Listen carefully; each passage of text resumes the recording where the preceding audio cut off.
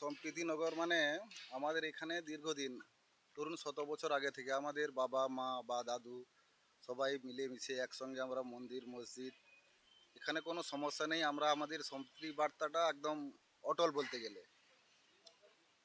আজানের সময় ওনারা মাইক বন্ধ করে দেন বা সন্ধ্যার সময় শঙ্খধ্বনির সময় বা ধুনো দেওয়ার সময় আমরা মাইক বন্ধ করে দিই।